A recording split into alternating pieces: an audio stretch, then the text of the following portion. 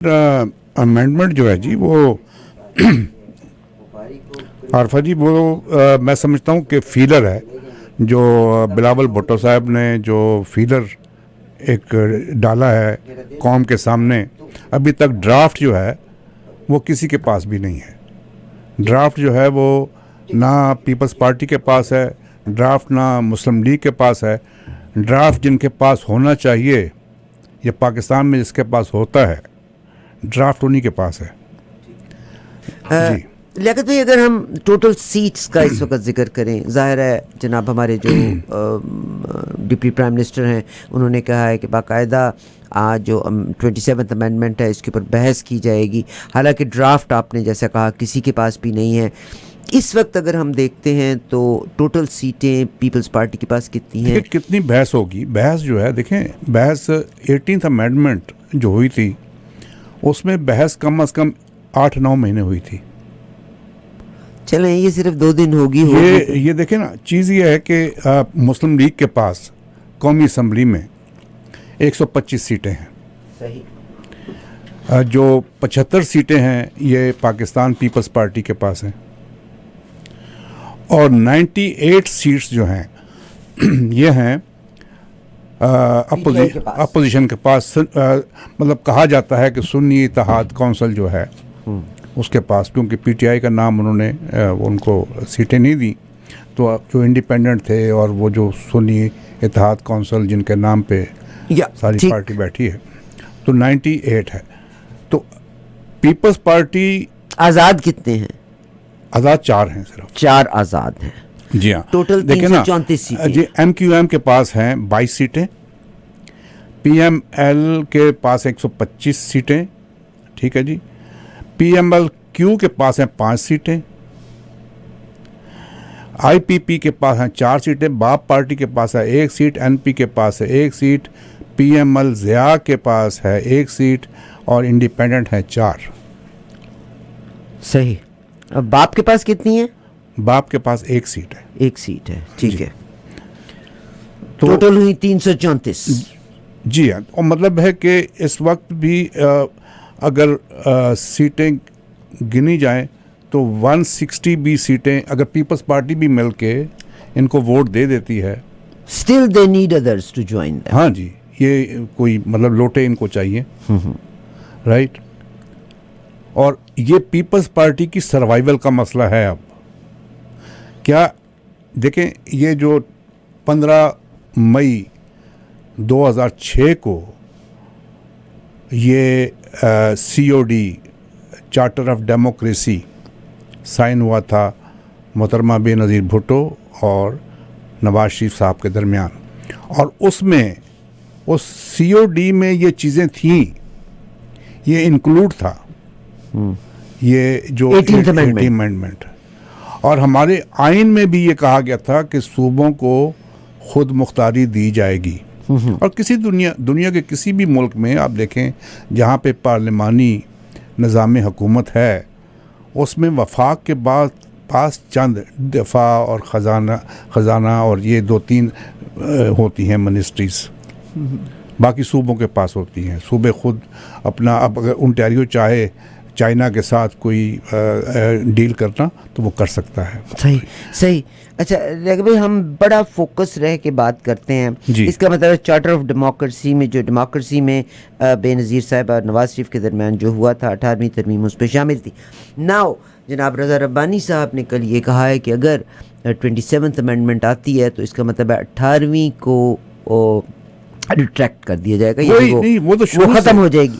अब peoples party क्या इसको साइन करेगी? क्योंकि पीपल्स पार्टी ने खुद एक अमेंडमेंट, मैं ये कह रहा हूँ, देखें पीपल्स पार्टी की सर्वाइवल का मसला है। पीपल्स पार्टी अगर एक्सेप्ट करती है तो भी मरे। नो, तो पीपल्स पार्टी मैं समझता हूँ कि एज ए पॉलिटिकल एक्टिविस्ट, ठीक है, पीपल्स पार्टी के लिए बहुत खतरा। देखें, जैसे ही नहरों का मसला चला है, नहरों का मसला, जैसे मरियम साहिबा और ये जो फील्ड मार्शल साहब हैं ये गए हैं और चोलिस्तान में इन्होंने नहरों के मसला उठाया है, तो एकदम ही एक तूफ़ान उठाया है सिंध में। और सिंध में ये तूफान पहली बार जब उठा था तो ये पीपल्स पार्टी की जानिब से नहीं उठा था, ये मुर्तज़ा भुट्टो का बेटा जो है, और जो कौमी पार्टियां हैं, जो पार्टियां, उन्होंने उठाया और बहुत बड़ा ये था। मगर फौरी तौर पर फिर पीपल्स पार्टी एक्टिव हुई। वो एक्टिव होना, कि देखिए सर्वाइवल की बात है ना, पीपल्स पार्टी की सर्वाइवल की बात है। और ये बात मुझे तो जो मेरा तज़किया है कि ये जो हुकूमत बनी थी मुस्लिम लीग की और इनका इत्तेहाद पीपल्स पार्टी के साथ हुआ था, ये 2.5 साल की शेयरिंग थी। या 2.5 साल मुस्लिम लीग हुकूमत करेगी और 2.5 साल पीपल्स पार्टी करेगी। अब 2.5 साल इनके कंप्लीट होने वाले हैं। 26th अमेंडमेंट को पेश किया था जरदारी साहब ने, पीपल्स पार्टी ने, हाँ। मगर अब क्योंकि मुस्लिम लीग नून के 2.5 साल मुकम्मल हुए तो उन्होंने 27th अमेंडमेंट के लिए पता फेंक दिया। 27th अमेंडमेंट के लिए जो फ्रंट रनर हैं वो जनाब शहबाज शरीफ साहब हैं। नहीं, देखिए 27, देखिए he is the man who called Bilawal Bhutto के ये अमेंडमेंट आनी चाहिए। वो भेजा गया, पीछे कोई और है। देखें, अच्छा। मैं अब ये चले छोड़ दें।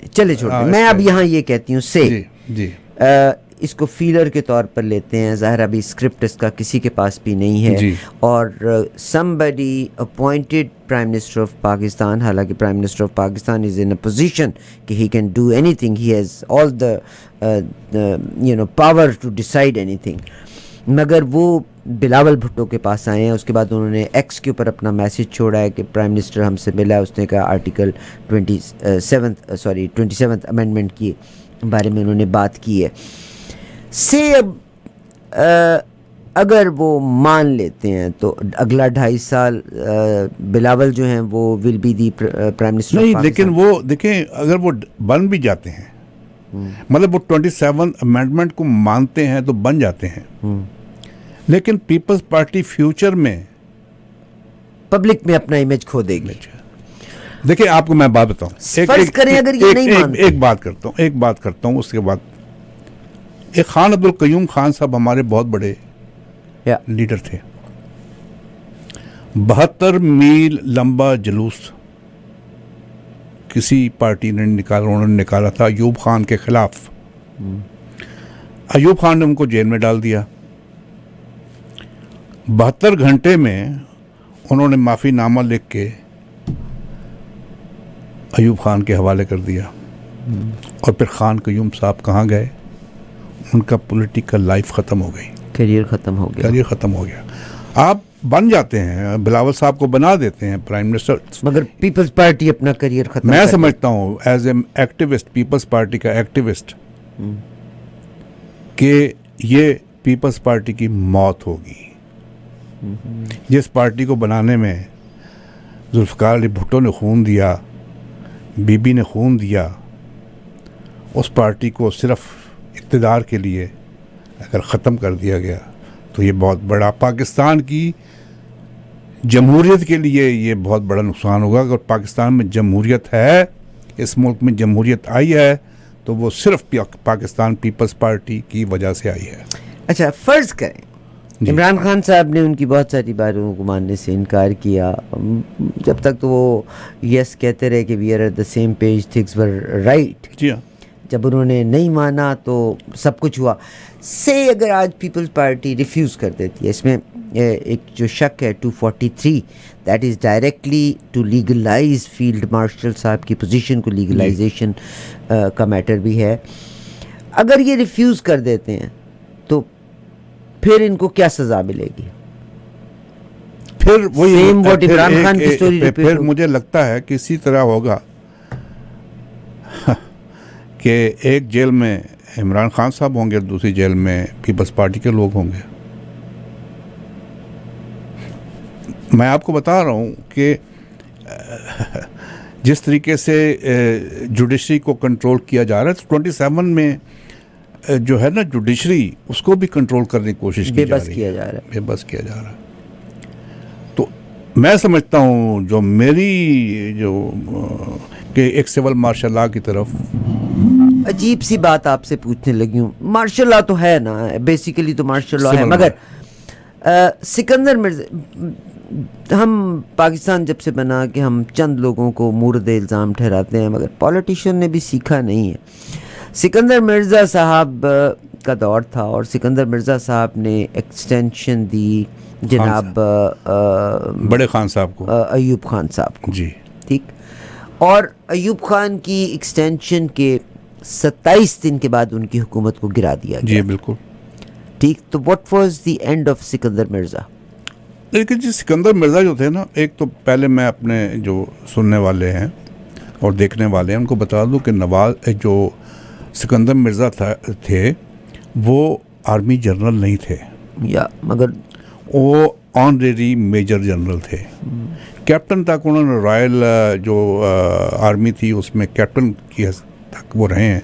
उसके बाद वो आगे सिविल में डीसीपी रहे, आगे पीछे वो रहते रहे, गवर्नर जनरल भी बने पाकिस्तान के। यानी आर्मी का टच था अप टू कैप्टन। जी हाँ, वो था उनका।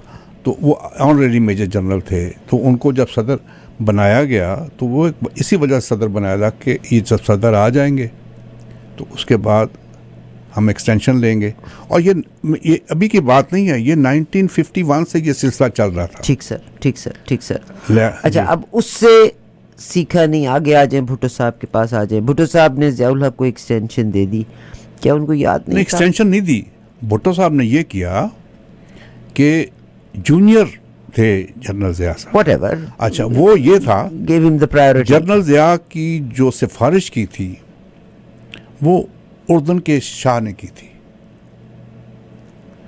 ये जॉर्डन में रहे थे एज ए ब्रिगेडियर।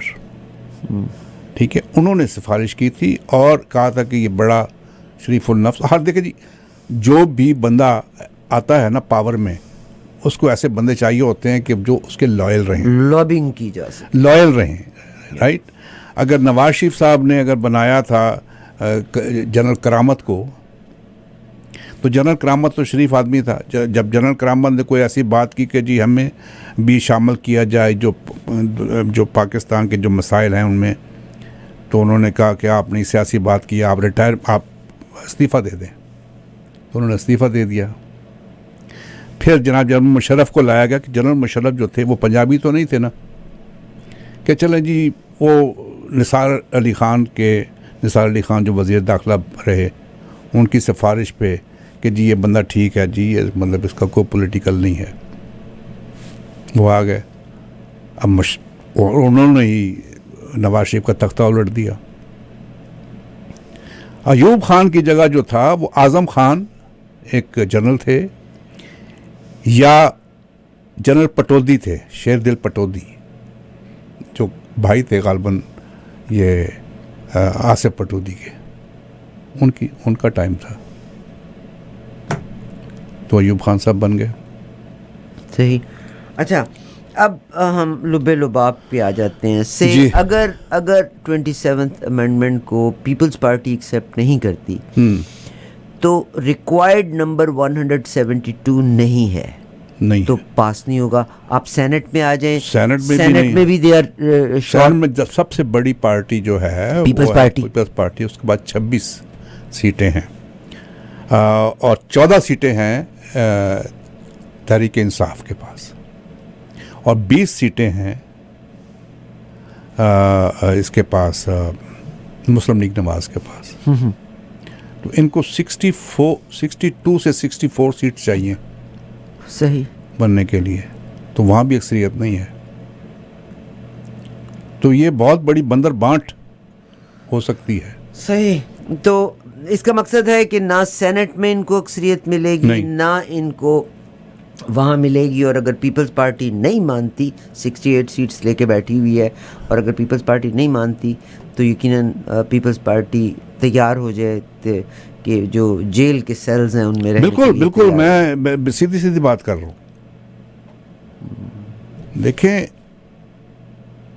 आप लोगों के दिलों से किसी लीडर को निकाल नहीं सकते। आज तक भुट्टो के नाम पे लोग वोट देते हैं क्योंकि उसने कुर्बानी दी थी। और अभी भी पाकिस्तान की जो सबसे मकबूल जमात है वो है तहरीक इंसाफ। कोई तजिया ले लें, कोई कुछ कर लें, कोई तजिया कार ले लें, उसका स्टार्ट इमरान खान से होता है, ख़त्म भी इमरान खान पे होता है। हालांकि पाकिस्तान की मीडिया के ऊपर इमरान खान का नाम लेना तो वैसे ही लेकिन आप देखें, चाहे नाम बानी पीटीआई कह दें, कुछ कह दें, राइट, सही, लेकिन अब पीपल्स पार्टी के पास एक बहुत बड़ा इम्तिहान है। और आसिफ जरदारी साहब का देखिए, आसिफ जरदारी साहब और बिलावल भुट्टो साहब इस वक्त कहाँ मौजूद हैं? वो दोहा में हैं। और हालांकि अभी असम्बली का हिना रब्बानी घर भी वहाँ मौजूद जी हाँ जी, ये हमने आज जैसे हम यहाँ बैठे हुए थे तो हिना रब्बानी खार साहबा जो है कौमी असम्बली में हैं, तो आज हमें पता चलेगा कि कौमी असम्बली में क्या हुआ, क्योंकि कौमी असम्बली का पहला इजलास है ना आज। सही। तो इसमें जो 27th अमेंडमेंट है उसके मतलब कोई बात हुई या कोई हंगामा हुआ या कुछ नहीं हुआ, तो हमें पता चल जाएगा जी। सर, मेरा एक जो आखिरी इस टॉपिक को हम यहीं पे रैप अप करते हैं। लियाकत नवाज़ मलिक साहब, मोहतरमा बेनज़ीर भुट्टो के साथ भी आपने काम किया, बड़े क्लोजली काम किया। जनाब जरदारी साहब भी जब आए उनके साथ पीपल्स पार्टी के को लीड किया, टोरंटो से लीड किया। और लियाकत भाई की एक खूबसूरत बात है कि वो कहीं भी लूज़ लैंग्वेज इस्तेमाल नहीं करते। ज़ाहिर है हमारा ज़ाती इख्तलाफ, नज़रियाती इख्तलाफ हो सकता है, मगर इसका ये मकसद नहीं है कि हम किसी के पर भी चीप लैंग्वेज का इस्तेमाल करें। वी डेफिनेटली दूसरे के लिए वही ज़ुबान इस्तेमाल कीजिए जो हम अपने लिए ख़ुद तसव्वुर करते हैं। देखिए आरफा जी, मैं बाद लोग बात कर देते हैं आसिफ अली जरदारी के मुतल्लिक़ या कुछ भी कर देते हैं कि 10% ये वो।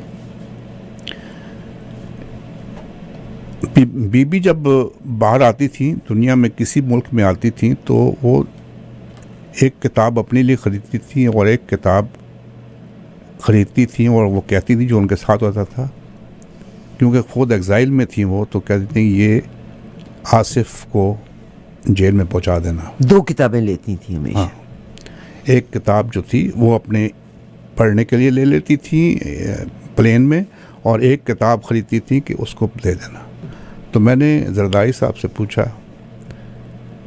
तो मैंने कहा जी आप, दोस्त ने कहा यार मैंने 11 साल पढ़ा है, पाकिस्तान की पॉलिटिक्स पढ़ी है समझे, और जरदारी को कहते हैं लोग कि अनपढ़ आदमी। कहा, लोगों ने कहा पटेरो कैरेट कॉलेज से वो पढ़ा हुआ आदमी है। ये हमारे जो डिसइंफॉर्मेशन हैं पाकिस्तान में, और उस शख्स ने अपने सारे जो इख्तियारात थे 58(2)B के, जिसमें हुकूमत को ख़त्म करने के इख्तियारात थे, वो सारे पार्लियामेंट को वापस किए थे। जो मर्ज़ी आप कहते रहें, मैं इमरान खान साहब को भी अप्रिशिएट करता हूँ कि वो खड़े हुए हैं, अभी तक उन्होंने स्टैंड लिया हुआ है। और देखिए पॉलिटिक्स करना बहुत मुश्किल है पाकिस्तान में, हमने ये देखा हुआ है। मुझे तो लगता है पूरी दुनिया में पॉलिटिक्स करना बहुत मुश्किल है। मैं बल्कि कंपेयर करना चाहूँगी, मैं थोड़ा सा शिफ्ट भी करना चाहूँगी, क्योंकि today is very important day. Budget की भी बात होनी है, अमेरिका का जो ये मिड टर्म इलेक्शन है इसका भी आज। अच्छा, आपको मैं जैसे आपने 27 की बात की, तो आपने कल परसों वो अनवर मसूद साहब का कोई शायरी भी लगाई थी की ख्याल है? नहीं, उनके वो लगाया था, तो उन्होंने एक बड़ा प्यारी उन्होंने कथा लिखा था। और ये मैं जो 27 अमेंडमेंट जो है ना जी, इसका पूरा खुलासा जो है ना, अनवर मकसूद के इस कथे, अनवर मसूद नहीं, अनवर मसूद के इस कथे के साथ शेयर करते कहते कि तुम्हारी भैंस कैसे है, तुम्हारी भैंस कैसे है कि जब लाठी हमारी है। लाठी जिसकी है पता है ना, तुम्हारी भैंस कैसे है कि जब लाठी हमारी है, और इस लाठी की जद में जो भी आएगा हमारा है। मजम्मतकारियों से तुम हमारा क्या बिगाड़ोगे, तुम्हारे वोट क्या होते हैं जब वीटो हमारा है। क्या बात, तुम्हारे वोट क्या होते हैं जब वीटो हमारा है। यहीं से मैं आपको अमेरिका की तरफ लेके जानती हूँ।